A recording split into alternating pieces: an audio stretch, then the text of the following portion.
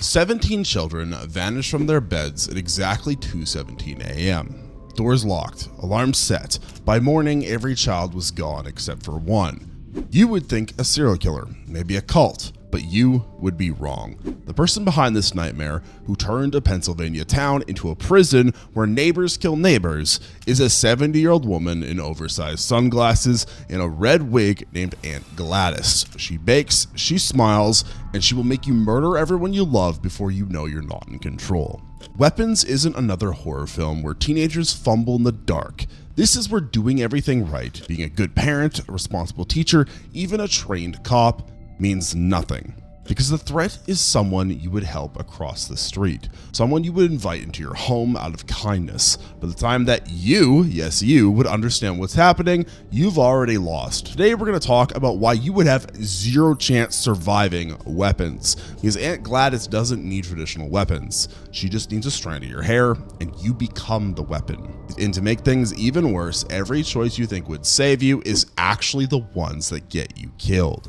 A few weeks before the 17 kids go missing, a woman named Glattis shows up at the Lily house asking for a place to stay. She's old, she's sick, she's ugly, and Alex's mom, being a decent person, lets her in because Glattis claims to be some distant relative who has nowhere else to go.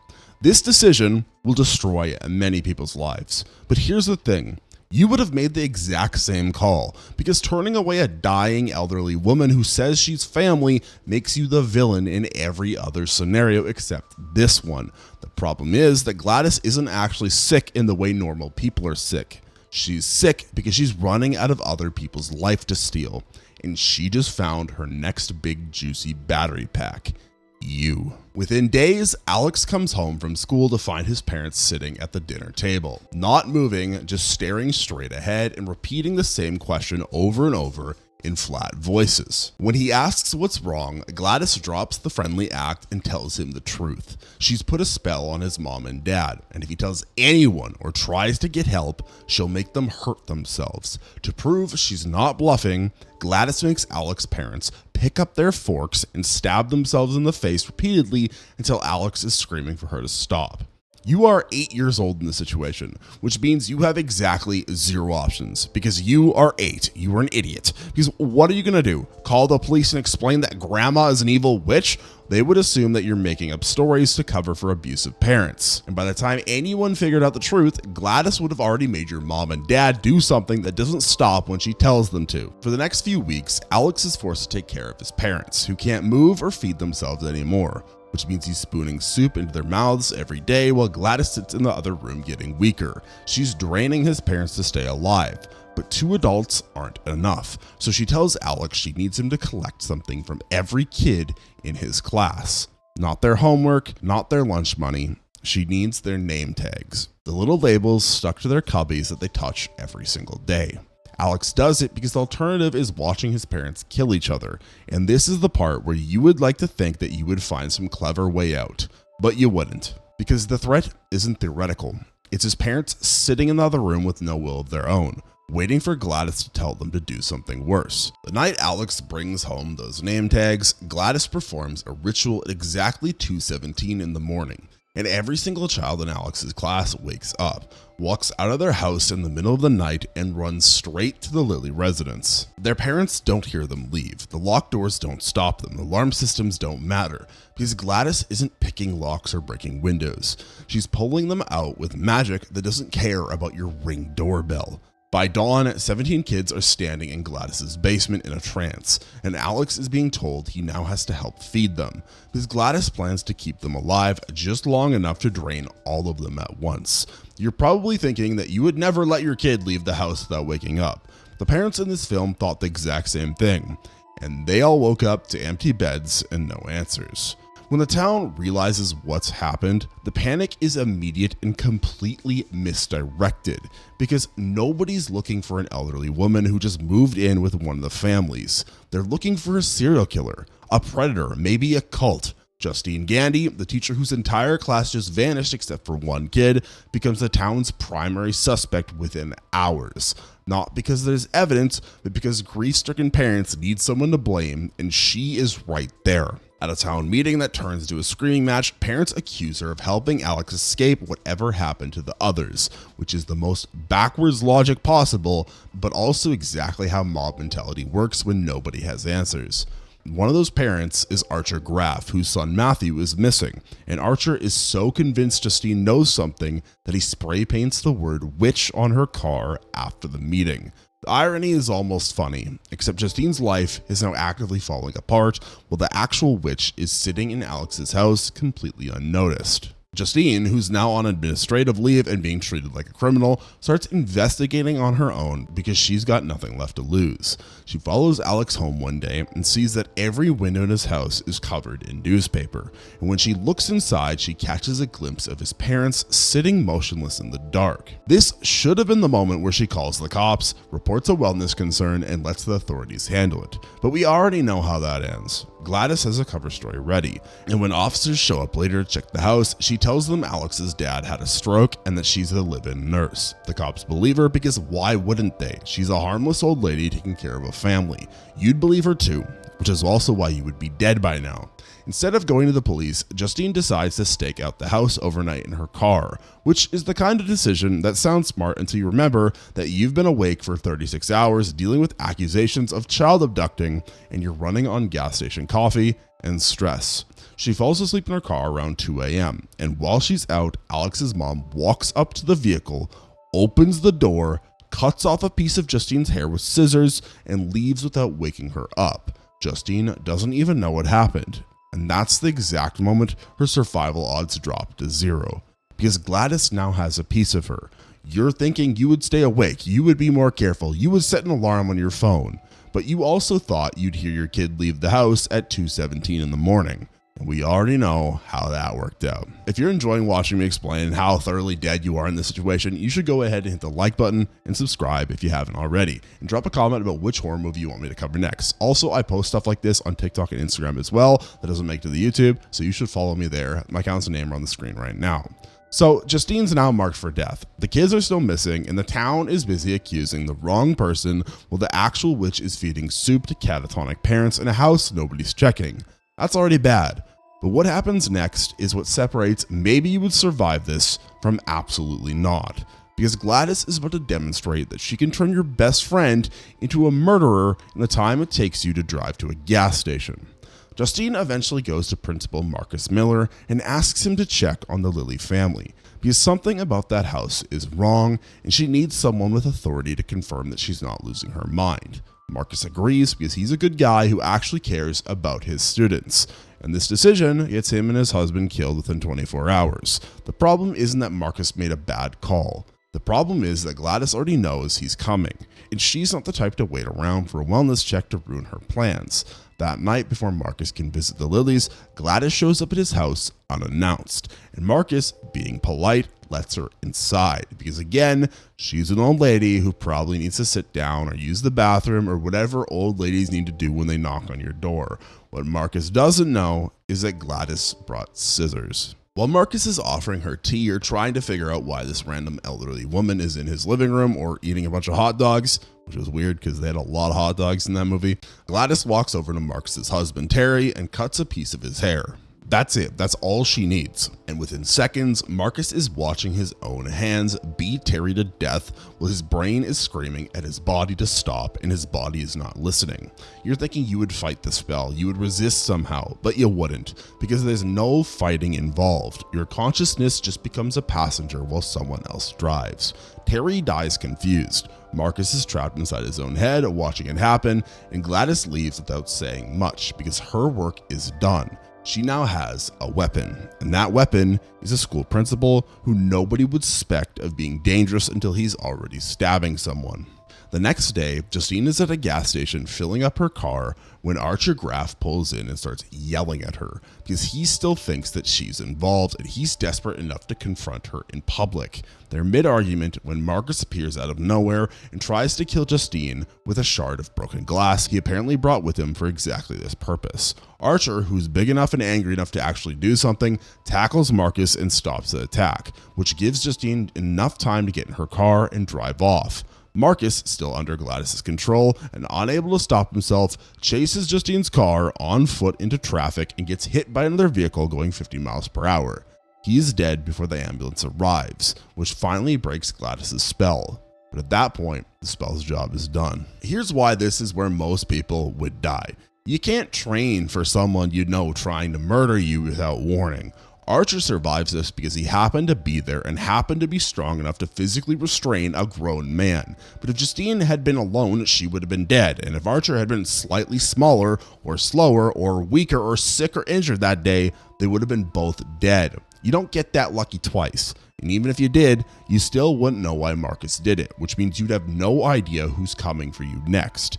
Because after all, this would have been your boss, your work friend. You would expect them to do this to you after they've been so kind to you the entire time that you've known them. After Marcus dies in traffic, Archer finally realizes Justine isn't the problem, and the two of them compare notes. Archer shows Justine the doorbell footage he pulled from his house in a neighbor's camera, which shows the missing kids all running in the same direction the night they vanished. When Justine sees the footage, she notices the route puts them near Alex's house, which is the same house she had been staking out. Everything points to Lily's, but before they can act on this, the story cuts to a completely different mess happening across town involving a cop and a junkie. Officer Paul Morgan is the same cop who slept with Justine a few days earlier, which already makes him bad at decisions because he is married or engaged, because he's got a girlfriend who's away on work right now. Anyways, he's about to make several more. While on patrol, Paul stops a homeless guy named James who's trying to break into cars. And during the arrest, Paul gets stuck by one of James' dirty needles. Paul, panicking about HIV or hepatitis, punches James unconscious. He then realizes his dash cam recorded the whole thing, and he decides to let James go rather than file a report that would end his career. This is the kind of cover-up that happens 100 times a day in police departments everywhere, and normally it wouldn't matter, but this time it matters because James is about to stumble onto the one thing everyone's been looking for. A few nights later, James decides to rob a house that looks empty, and that house is the Lily residence because James has the worst luck of anyone in this damn movie, and the best luck at the same time. He breaks in through a window, starts looking for valuables, and finds 17 missing children standing in the basement, along with Alex's parents frozen at the dinner table. For about 30 seconds, James is the only person in town who knows where the kids are, which should make him a hero. But it actually just makes him the next person Glattis needs to kill. James runs out of the house, goes straight to the police station to report what he saw and collect the $50,000 reward being offered. But when he gets there, Officer Paul spots him and assumes James is there to report the assault from earlier. Paul had threatened him to never come around again if he didn't want trouble, so Paul chases James into the woods before James can talk to anyone. And when Paul finally catches him, James yells that he knows where the missing kids are, which stops Paul just long enough for James to think he might survive this. Paul, seeing a chance to redeem himself and cover up his earlier mistake, handcuffs James and drives him to the Lily house to verify the story. They arrive after dark. Paul leaves James locked in the car, and Paul walks into the house alone to check if James is telling the truth. That's the last decision Paul makes as a free person, because Glattis is waiting inside. And within minutes, Paul is standing in the doorway with empty eyes, dragging James out of the squad car and into the house. James is screaming. Paul isn't responding. The last thing James sees before the door closes is Glattis standing in the hallway. Nobody hears from either of them again until Justine and Archer show up. Paul and James are now inside that house, which means Glattis now has 2 more puppets, and if you've been keeping count, she's already killed the school principal and his husband, turned a cop into a kidnapper, and she's still got 17 kids in the basement that nobody except dead people know about. Justine and Archer think they're about to rescue those kids, but what they're actually about to do is walk into a house where the floors are rigged with magic tripwires, and every person inside is waiting to kill them on command. When Justine and Archer finally arrive at the Lily house that night, they're operating on the assumption that they're smarter than everyone else who's died so far, which is the same assumption everyone else, including you, would have had before they died. They've got a plan, they've got evidence, they know where the kids are, but what they don't have is any idea that Glattis has spent the last 2 hours turning her house into a death trap. She spread lines of salt across the floor in specific spots. And the second someone crosses one of those lines, everyone she's got under her control wakes up and attacks. It's like a motion sensor security, but the sensors are evil and the security system is made up of evil demon baby children. Justine steps over the salt line in the living room without seeing it because it's dark and it's salt, and who looks for salt on the floor? Come on guys, let's be real here. And immediately Paul and James come at her and Archer from two different directions. Paul still has his gun, James has whatever he grabbed on the way in, and both of them are moving fast enough that Archer barely has time to shove Justine out of the way before Paul tackles him. Justine ends up on the floor wrestling with James, who's trying to choke her. And this is the part where your survival odds depend entirely on whether you're willing to shoot two people you've never met before. Most people would hesitate, try to disable them without killing them, and maybe aim for the legs. And most people, including you, would die doing that, because hesitation here is defeat. Justine doesn't hesitate. She grabs Paul's gun during the fight and shoots him in the chest, then turns and shoots James while Archer is still trying to hold him off. Both of them drop. The spell doesn't break until they're dead, and Justine is now holding a smoking gun with two bodies on the floor and no time to process what just happened. And she kind of killed her ex-boyfriend thingy-majiggy, so that's not really fun either. Archer doesn't thank her, doesn't ask if she's okay. He just takes off towards the basement because his son is down there and that's the only thing he cares about. This is the correct choice, but it's also the choice that gets him turned into another weapon. Because Glattis is already in the basement waiting for exactly this. Archer makes it halfway down the stairs before Glattis does her thing. She grabs something of his, and suddenly Archer's eyes go blank and he's walking back up the stairs towards Justine. She recognizes what's happening immediately because she just watched Paul do the same thing 10 minutes ago. But recognizing it doesn't help because Archer is twice her size and he's not stopping.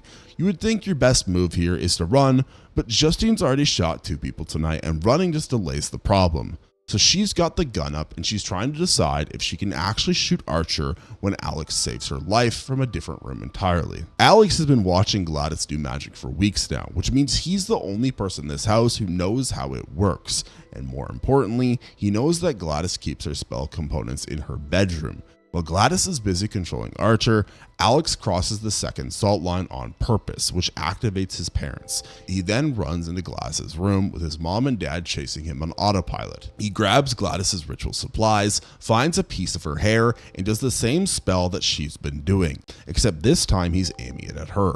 The 17 kids in the basement, who've been standing still this entire time, suddenly snap their heads towards Glattis' location and start screaming. Glattis realizes what's happening about 2 seconds before the kids come up the stairs, and those 2 seconds are not enough time to do anything except run. She breaks through a window and takes off down the street, and the kids follow her still screaming, moving faster than kids should even be able to move. She makes it about half a block before they catch her, and what happens next is the kind of thing that would get this movie banned in several countries if it had been made 30 years ago, because the kids then rip her apart in the middle of the street, and the film does not cut away. Glattis dies the way she deserves to. The spell then breaks the moment she's dead. Archer stops mid-attack and looks at Justine like he's waking up from a nightmare. The kids stop moving and they just stand there covered in blood. And Alex's parents blink for the first time in 2 months. The children go home, but most of them don't talk for weeks, and some of them don't talk at all.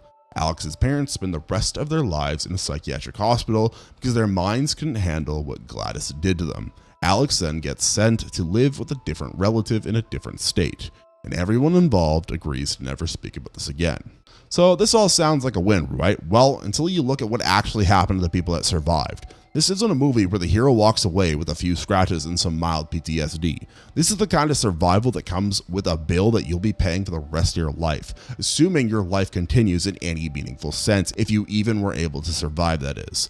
Alex's parents are alive, but they're not home, not physically or metaphorically, upstairs. Their brain ain't there. They're in a psychiatric hospital, staring at walls because spending 2 months as a puppet broke something in their brains that doesn't fix itself when the puppet master dies. Most of the kids stopped talking after they got back, and the ones who did start talking again still wake up screaming some nights, because magic might be fake, but trauma is extremely real. Justine gets to live with the fact that she shot 2 people, one of whom was her ex-boyfriend, and Archer gets to explain to his son why they had to move to a different state where nobody knows what happened. Survival in this movie looks a lot worse than a quick death in most others. You're thinking you would have called the FBI the second your kids disappeared, or moved across the country in the moment you saw Glattis because she was ugly, or just never let an elderly stranger into your house to begin with. The problem is that Glattis only needs a strand of your hair to put you on a leash, and you leave those everywhere. At the barber, on your coat, stuck to the back of your car seat.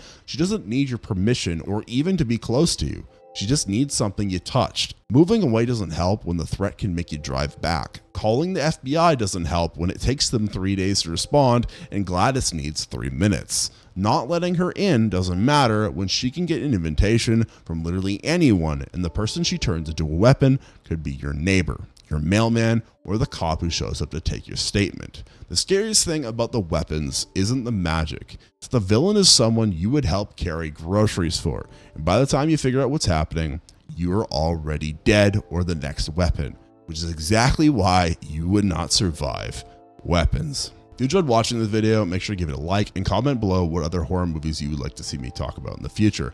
Make sure also to subscribe to the channel with post notifications so you don't miss out on our future uploads. And if you want to watch more of our content right now, you can click the video that's on your screen right now.